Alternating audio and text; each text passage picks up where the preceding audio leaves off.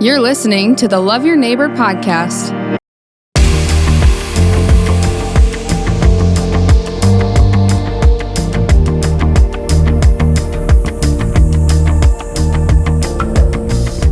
All right, well, thanks for joining us on the Love Your Neighbor podcast. My name is John, and our episode today is sponsored by Kingbird Coffee and Flyboy Donuts. Our guest today, Izzie Stone, and the plain glazed donut. It's a good one. I asked you your favorite, and you went just plain glazed. It is. It's a good one. I mean, a lot of people want sprinkles, want the fancy stuff. You just go straight dough and frosting. Well, I'm not super, I'm a sweets person. My mom is the one with the sweet tooth. But I just I like plain. So this is kind of, you just like plain. Is that in any way descriptive of who you are? No. I'm not the person who goes to every restaurant and gets chicken strips. Believe me. Okay. No. Well, I notice for those of you that are watching, not everybody's watching, some are listening, but you have brown hair, but you have green highlights. Right. It was blue. It was blue. Okay. Right. It's been that way for about a year. I really wanted to do it, and my mom was hesitant because, you're growing up, and then in older, years ago, it wasn't always a good thing to dye your hair different colors. People thought that maybe it was unprofessional, so you would have a harder time maybe getting a job or something. But I feel that in today's society, it was more seen as a fun thing, and so I talked to her about it, and we said, yeah, okay. So I got it dyed blue, and it's been that way for about a year. Cool. Mm-hmm. I like it. Thank you. I like it. Tell us a little bit about your family and kind of that. You mentioned your mom. Mm-hmm. I know your dad. He's one of the people that's a huge fan of yours. Yes. I know you have a lot of fans, but your dad, I would think, is probably one of your biggest fans. Yes, I think he's proud of me. So I was born and raised here in Brandon. My mom is from Brandon. Her family is too. My grandparents are from Minnesota, from I think it's Murdoch, Minnesota, and Wilmer, up in there. But then my dad's family is actually from Brandon, originally. I can find in the old posters along the wall of Brandon with all of the graduating classes, I can find my grandpa and all of his siblings in one of the first posters. I have pictures of them, the Stones. Yeah, my mom, she teaches at BE. She's a reading specialist. She used to be a special ed teacher, but it opened up, and she just loves helping kids. My dad is an architect. He went to NDSU, and my brother is my brother. Yeah. You always got that sibling thing going back and forth, but he's a sweet kid. He is a sweet kid. So you're the oldest. I am the oldest, yes, by 3 years. 3 years, okay. Cool. Mm-hmm. So that's your family now. You're graduated. You've went through the Brandon experience. You had it from all the way. What's next? I mean, tell us about the horizons that are expanding for you. I'm going to Augustana University, which is actually a funny story because when I applied to Augustana College, which is different apparently. Sure. It's in Indiana, and so I got this email, and they're like, "Did you mean to apply for Augustana College?" And I was like, I thought they were the same thing. So we had a little bit of trouble there. But then, yes, so I got accepted, and it was fun, and I'm getting some scholarships for singing and for my ACT score. And so I am excited to go because I think space from your family is always a good thing, but I'm also close enough to home that if I get homesick or I need them, then I can. A big decision for me whether I wanted to go to Augie or a different school is I've always wanted to travel. Don't get me wrong. I love Brandon, but sometimes the winters are a little too cold for me. And so I'll always come back because it's such an amazing place. But I wanted to travel, and Augie has an amazing travel abroad program. You can go anywhere in the world and you can still study. So if you could pick right now, where would you want to travel this summer? If you could go anywhere on the planet, where would you go? I would go to Europe. Europe. Okay. I know, because I would go everywhere, but right? But I think Europe as an overall place is because you can visit so many things at one time because you can drive across the different countries. They're so close together, or, you can go and visit all of these amazing countries with so much history and so much culture, which I feel like we don't always get in America. Right. I mean, at least I don't, because it's a wonderful place here, but like our ancestors who came over, if you don't always keep those traditions alive, it doesn't always stick. And I think it would be really cool. My family is very Swedish, and I think we even have cousins in Sweden. So I would like to go visit them. I think that would be very cool. My grandpa is actually 100% Swedish. So. Okay. Wow. Awesome. Mm-hmm. So you're kind of wanting to grow and expand your world even beyond, Augustana. You want to leverage that to, what would you see yourself like, say, after you get your degree? And do you know what degree you're going to get yet? Or have you thought about that yet? I think I'm going to double major in education and something else, maybe theater. But I just know that, like, if I choose something more niche, then it's always harder to get a job in that area. But if I can fall back on education, then that's always a good thing because if I get a job in the niche category, that's great. If I don't, I can fall back on teaching, and I could even teach that category in a high school or in a college or whatever I choose. Cool. That's a great plan. Good for you. Thank you. We need good teachers, and I'm so encouraged by that because I think the tendency sometimes is to think about ourselves and making a lot of things, doing a lot of things, but for you to say, hey, I want to get something as a degree that I can give back to is pretty special. What travels, where did the interest in travel and where did that come from? Is that something that was instilled in you by your parents or teachers? Where did that come from? I don't know. So, honestly, I grew up right in here, and we always went camping, and I just loved it. I was a kid my parents were a little bit worried about because I'd climb like all the trees, and they're like, "Do not fall, do not fall." And I was like, "It's fine, I know what I'm doing." I never fell. So, what can I say? But my dad and brother grew up fishing and hunting, and I tried. I really tried. It's not my thing. I just don't like. I don't like seafood. So, like, smelling the fish and catching them, I'm like, no, thank you. But I do like target practice and things. So I like doing things that are adventurous, or I like going in the park. And the state park is behind my house. And so I've always loved adventuring through there. But I also, in 6th grade, my teacher, Mr. Lochner, was a very nice guy. Just very immersive. We actually got to go in the state park for 3 days and pretend that we were different ancient civilizations. And he taught us all about, different religions and different things, and I was just enamored by this. I think that different cultures and different things like that are so cool, and I really think if you can expand your horizons by visiting different places, you have a better worldview and you can understand other people better.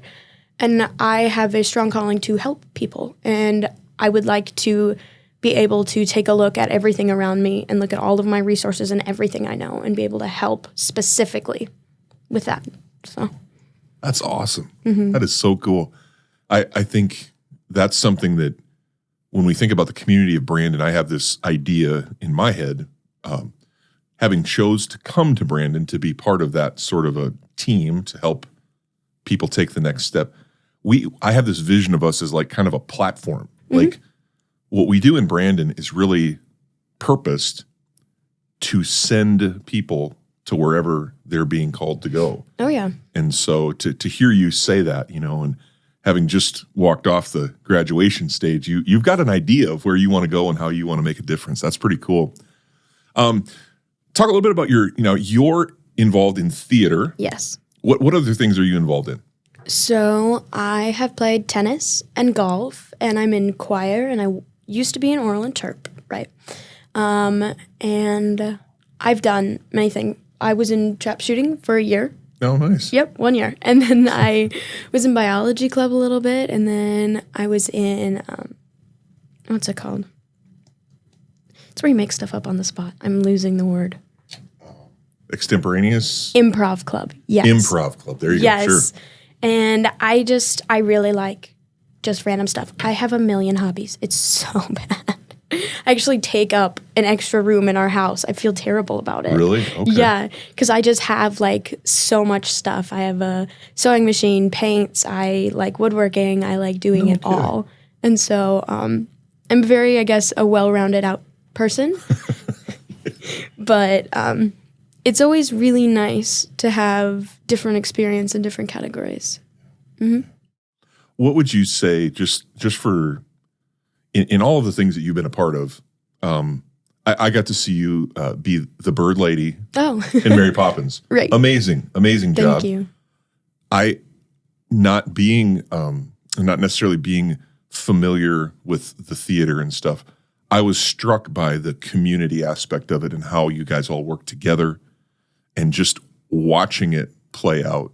What has been a favorite role that you've played in the past? If you could you narrow it down to one? I could. I think I could. Okay. I've been actually in 18 or more shows since I was a kid. Right. I did everything I could at Brandon, and then I also did some stuff at the Orpheum and at DAPA. I think the role I've been the most proudest of was I was Maria in The Sound of Music 2 years ago. So that was just I worked really hard for that, and I was really proud of it. So that's probably my favorite. Yeah, an iconic role, obviously, film, stage. Julie Andrews, obviously a major, influencer of the arts. Tell us a little bit about how you get into a role. How do you said you worked hard. Right. It doesn't look like you're working hard. It looks like it's very natural. Right. And being on a stage is very natural. After so many years, I've actually started to associate the feeling of like when your stomach turns upside down because you're nervous. That actually makes me excited. I think I've just been, so I started when I was in first or second grade. I usually just go with that, which is quite funny because Ms. Driscoll is one of our teachers at the school, amazing English teacher. I was actually in a play with her, which is because she was in Seussical, which was the first show, and I was a little little tiny me. But so I had been practicing with my vocal teacher. I'd been practicing because the Lonely Goatherd is very hard to do. The slides in your voice, you don't want them to slide. You just want them to like move up and down and sound very professional. So I'd been working on that for a while. And, we had 2 years to do this because of COVID. So we auditioned for it, and I had gotten Maria, and I was very excited. And then we got cut off because of COVID. And then we decided to do it again the next year, which was probably very hard on people. I know that being an ensemble for that show wasn't as exciting because there wasn't a lot of ensemble scenes. Like in Mary Poppins, we had so many dances and so much fun. But I know that The Sound of Music was hard on some people. But what I did is, I watched the movie. Obviously, I had seen it, but it was just very fun. And I had all of the kids. And being in theater is like being in a family because we are all just nice to each other. And that is our thing. Miss Sittig tells us all the time. She's like, be nice to each other. Because that is some of the worst thing you can do is push someone out of a realm of what they love by being mean to them. And you never want to do that because theater is sometimes soulless. And I think it's a chance where you can be someone else and do something else that you love. It's different from what you know. And I personally love that part about it is because I want to be anything and everything. And I think theater provides me that little bit of, I get a taste of everything, right? I get a taste of like being a mom, and I get a taste of being a sister or an old woman, and it's so much fun because even those kids that like I had last year in The Sound of Music, they're still my kids. Like I love them so much. And Andrew played Michael this year in Mary Poppins, and I just love that kid so much. It's funny. I'm like, son, come here. And it's an awesome community, and we actually have people try out like their senior or junior year, and they're like, I wish I had done it more.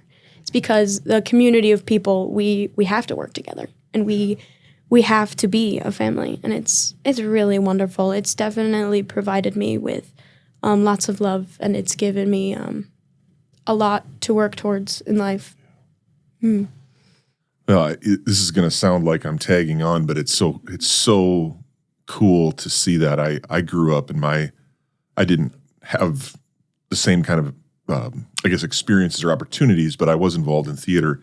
And my music teacher, Mrs. Zabka, she had us watch The Sound of Music every year on, one of those extra days of school where there's really nothing to do. You just kind of have to be there. Right. And I remember as a little kid watching it and just being fascinated with the idea of The Sound of Music and, climb every mountain. I mean, what a more perfect mantra, for a young person. And the way that Maria introduces that idea to the kids. And for me, I tell people this all the time, and I have some favorite films, but Sound of Music for me is one of my favorite films. And I guess when I think back, like regrets, like not being able to see that, like for whatever reason, like I'm so like, what do you call that? Like just regretting like that I didn't get to see you in that. But you have to be on the ball to get a ticket for the musical in Brandon. Oh, yeah, you do. You have to. It was actually really funny. This year, Miss Sittig used the analogy that people were scalping each other to get tickets. Yeah. It was insane. Like, people were scrabbling for them because, we only have a certain amount of shows because show week is so draining on us. Yeah, like, it's so amazingly draining. Sure. Because you go home and you're just, like, conking out. Well, and all the, to put all that together in what, 2 months? Was it 2 months of rehearsals? Because we finish our one act in January, February, and then we audition then, and then we have March, April, and we perform. They raise the prices. Right. Let's talk to the city about it. Like, let's raise the prices. Right. I mean, we need to do that, seriously, because it truly is something, and we're not trying to it's not about money. No. But it's about getting people to, sorry, I don't want to get anybody in trouble for suggesting that, but I think $5 for a ticket, I think that's ridiculous. I think we can raise the prices. Yeah. But, I think it's more about the love of it, As a kid, I was like, I love doing this, and I kind of wondered, I was like, is this a selfish thing for me to be doing? Because like in different sports and things, you can play for someone else, you can play for the community. And I guess now that we're talking about it, after a couple years past that, I know that it's for the community and it's for the joy of others. But when I was little, I was worried about that. And my mom went, no, you're doing this for the joy of others. And it just kind of clicked. And I was like, I love this, but it makes other people love it. And I just felt that was a very personal connection to people. When people come and they just love it, it makes me so happy. And it's really fun. Mm-hmm. Well, I want you to always keep that. Like my heart would be that you'll never lose that. Never lose that, because that's where, you'll find true joy and meaning when you are able to get outside of yourself and see that it is for others. I mean, that's a huge part of growing up, and you're very, very, I would say, very blessed to have had that experience here in Brandon and get that. So you get it, Izzie. Yeah. Anything else you want to say? I mean, you spent like the first, phase of your life here in Brandon.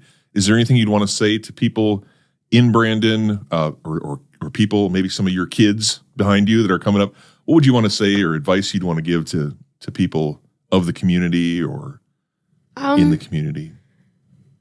Do what you love. And as cliche as it seems, I did all of these things for a year or so, like trap shooting, oral and terp, or whatever. And I got so stressed out my junior year.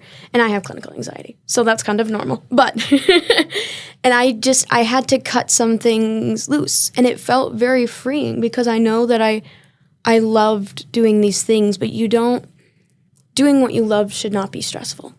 That is my main thing, is you want to do something and you need it to bring you joy, but you shouldn't do it to the point where it's not fun anymore. It's the exact same advice people give each other about, like, jobs, right? So if you go into something, let's say I love theater.